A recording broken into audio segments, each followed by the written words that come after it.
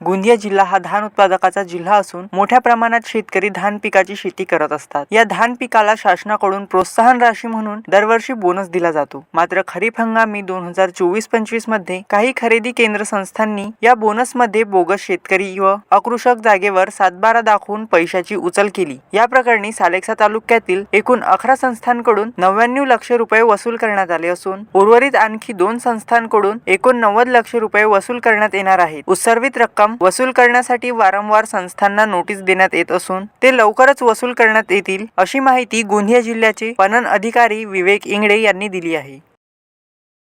राज्य शासनामार्फत धान उत्पादक शेतकऱ्यांना त्यांच्या उत्पादित झालेल्या धानाचा बोनस म्हणून प्रति हेक्टरी 20,000 रुपये जाहीर करण्यात आलेला होता।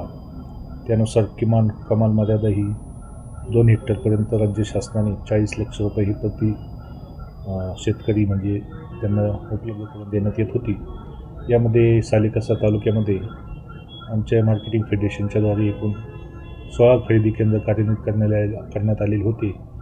त्यामधून 13 खरेदी केंद्रामध्ये अकृषक जमिनी, सरकारी जमिनी किंवा वारसा हक्काच्या जमिनी किंवा एका शेतकऱ्याला कमी जमीन असली तर त्यांनी शासन जर 5 एकरपर्यंत मर्यादित लाभ देत आहे म्हणून अजून त्याची दुसऱ्याची जमीन स्वतःच्या नावावर खतवणे या बाबी तपासणी दरम्यान आढळून आल्या।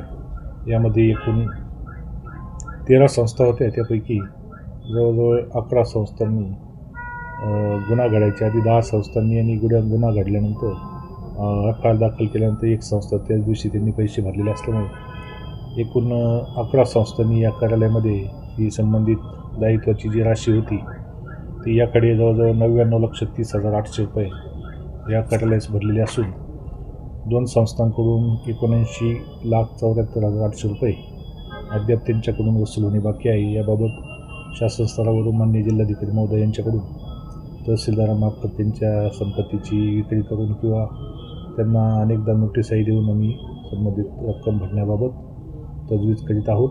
अन्यथा त्यांच्या मालमत्तेतून संबंधित दायित्वाची रक्कम ही वसूल करण्यात येणार आहे।